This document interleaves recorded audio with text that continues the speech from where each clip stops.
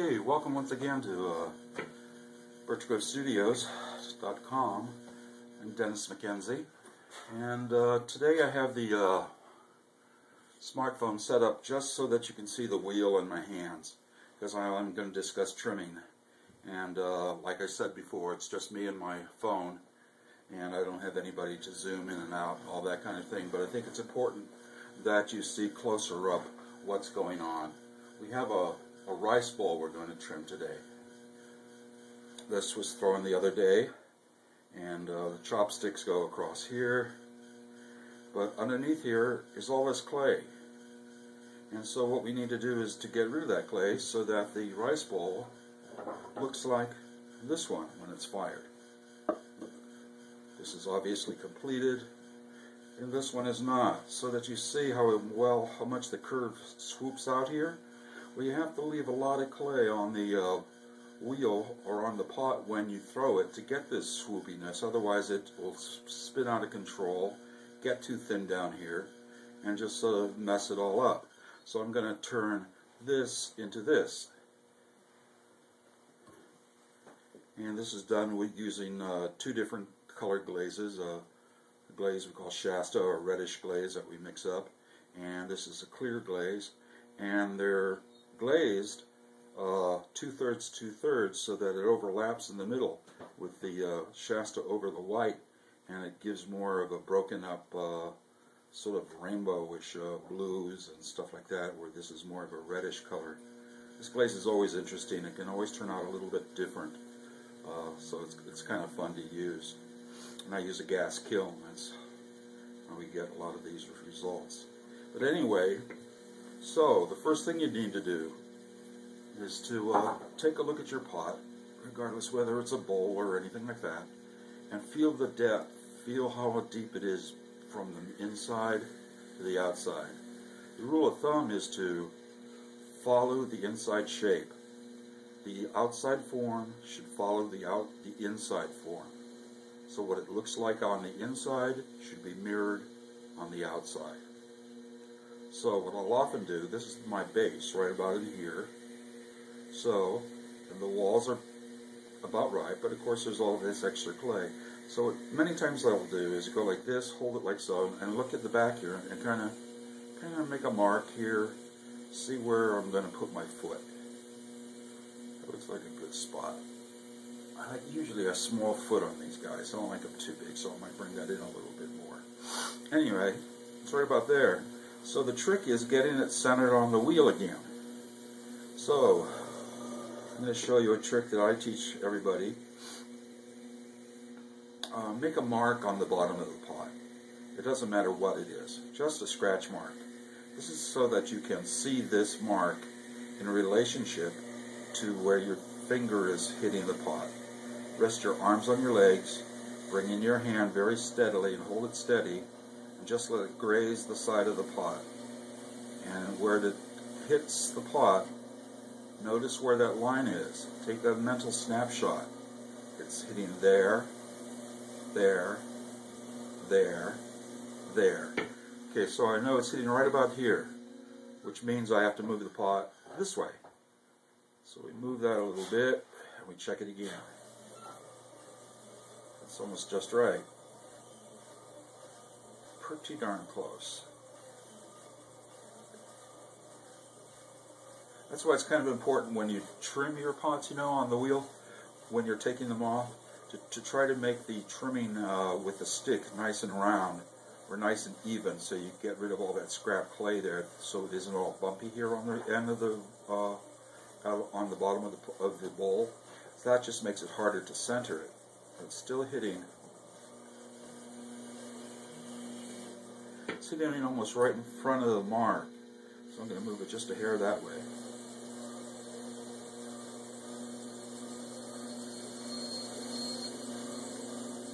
But you can see what I'm doing. You can see where it hits. Hits.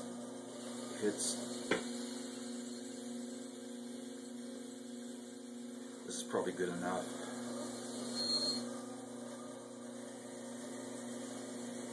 Yeah, that's fine.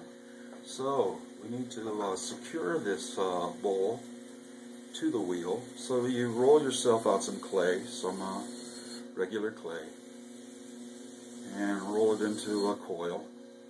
Hold the bowl down on the bottom so that when you push down on the clay it doesn't move. You're just pushing straight down. Don't push straight into the pot, particularly if you have a bowl that has a lip, you know, that sort of flares out. You don't want to crush the lip. You could break them. When they get to be this leather hard stage, or actually when they're drier, they become really susceptible to being broken by just banging them or knocking them around. So handle them like eggs, because you can set up a stress crack and not even know it, and won't show up until the pot's been bisqued or even high fired. So I just go around like that and secure it in 3 different places. Do not make a ring going all the way around. For some reason that seems to get loose. I don't know why. I'm trying to get a bill passed through Congress at the moment so I get a grant to find out why, but we'll have to see if Don Young can pull it off or not. But anyway, the tools I use for this, see, now it looks a little off, doesn't it? It looks off quite a bit. Let me get this going higher. So maybe I'll redo this. I got it at the trimming speed, it looked really off. So let's just remove it and try that again.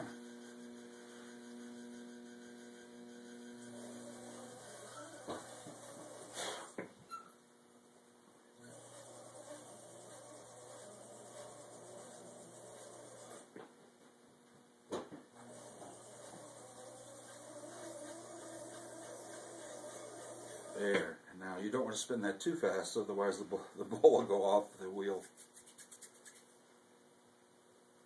So again, we push down on the coils. Another thing too, if you go to trim another pot and you have these coils like this, re-roll them into a coil again. They don't seem to like to stick if you just push them back on. And if you're doing a bunch of bowls or trimming, halfway through, these coils of clay will get too dry and they will refuse to stick. So, alright, there. Yeah, at high speed that looks a lot better. The other one was definitely wobbly. I like using the R4 tool for this. And what we did, I made a mark for where I want to put my foot. So that's the first thing I'll do. But I like to hold this tool like it's a pencil. And I rest my arms on my legs, and you kind of have to pretend that you're some kind of machine tool, like a drill press. And the speed likes to be going fairly brisk when you trim. That's so it cuts at one place. I mean, cuts at the same place almost simultaneously. Don't think that by turning the wheel slower you're going to do a better job. You'll probably do a worse job because your hand will move around. But see what I'm doing? I'm putting my thumb sort of in, my finger in sort of the middle. My thumb is attached to my other thumb, and I'm holding this thing in my hand like a pencil and using the tip of this R4 tool, which is sharper than the other side, has a narrower cut, and sort of going to go straight down with it.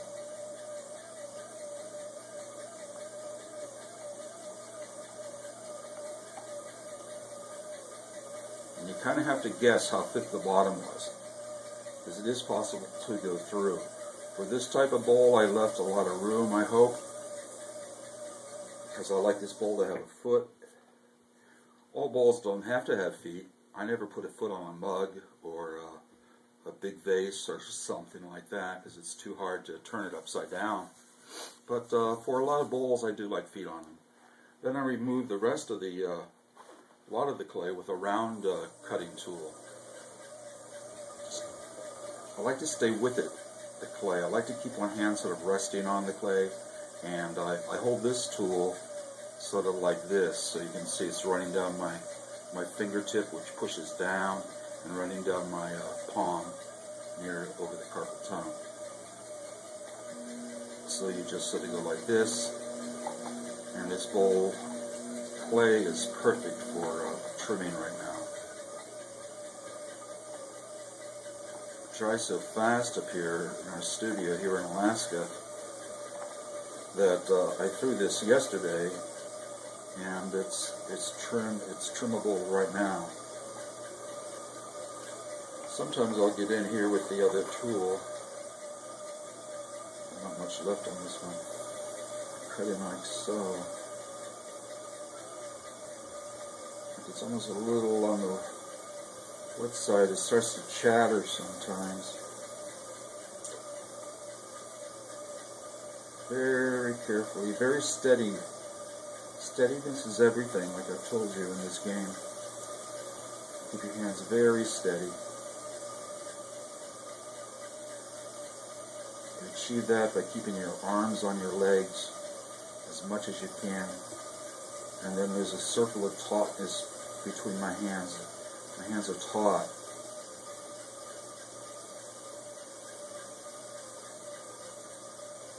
Okay, let's say you're afraid you might be getting too thin, or you don't want to go through the bottom of the bowl, of course. So you can take this off and take a look at it. And you do that by making a mark on the coil and making a small mark on the pot so you can line it back up. And then undo one of the coils. Lift it out very gently so you don't disturb the others. And lift it up and take a look and say, yeah, got plenty of room there. Got lots of room there. How much deeper can I take this foot? Not too much deeper. The whole bowl could be a little thinner. So you can feel the depth between things. If you put your two fingers on each side, you can get a sense of what it feels like in thickness. So we're doing okay so far. Clean out any debris that might have gotten in the way of your, whatever you call it, the coil. So line the mark back up again with the other mark. Re-roll your clay. Stick it up front here, push straight down with the thumb, and then the clay just sort of moves into it. So you're not crushing the lip or anything. So I'm going to take this down a little bit more.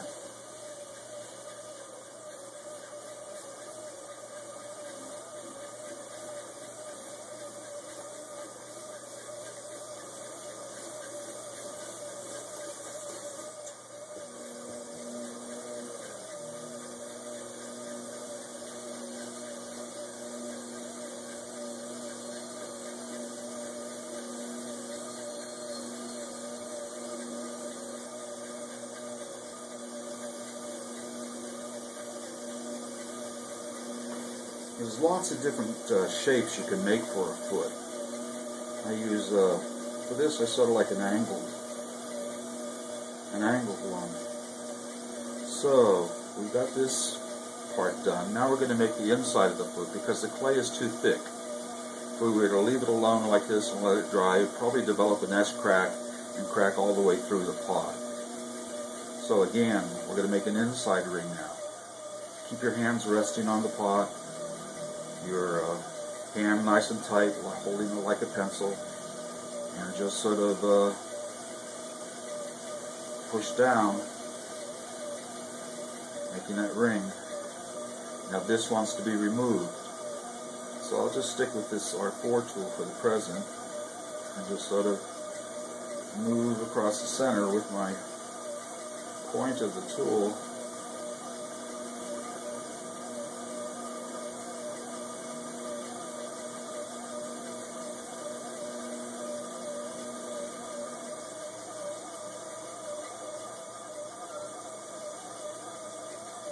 Sometimes you do go through, and there's not much you can do about it. You can try patching, but most of the time patching doesn't work. It just doesn't. So I'm finishing this foot off. Inside is smooth enough. Looks to be about the same thickness as the bowl here.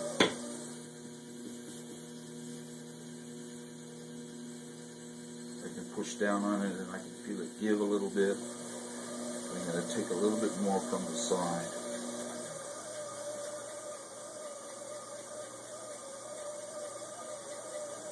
And then we pretty much have it.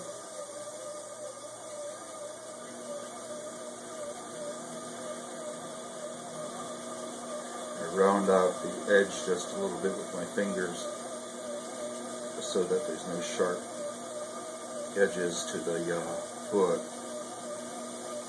It's nice and even. And so we call that done. So again, if it's not done, we still have our mark. We can just take this off and gently. Oh yeah, it's done. It feels well balanced and light. You can take a small sponge. This is very small, but this happens to be what's here, and just go over the edges here like this, so they clean them up a little bit. Run the sponge around the rim. Makes it nice and round and smooth, and touch up any of those areas that were a little messy when you first made the place for the chopsticks to go.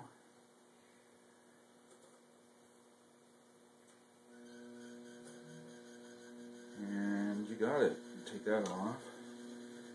Use that for another pot. Mostly I'll tell you in a second.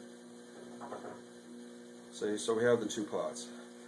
This one's bigger. This is going to shrink. They shrink about 20-25% almost, it seems. And it'll probably be decorated in much the same way as this or something. So that's the two pots. One finished and one, well, they're both finished. But this one's really finished. So we got rid of that. One of the things I do use here, we only have two of them in the studio.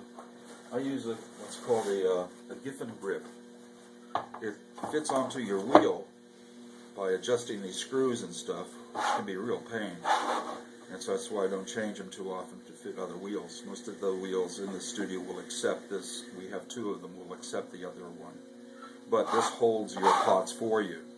It flips around. It's a great device, but they run over $150. But I wouldn't know what to do with myself with that one. Just taking time to center all those mugs with this stuff is just too much. This does it automatically for me and saves a considerable amount of time. So I heartily recommend it for those who are, you know, more serious potters and have your own studios. Anyway, that's about it for this trimming video. I'm Dennis McKenzie, birchgrovestudios.com, and see you next time. Thank you.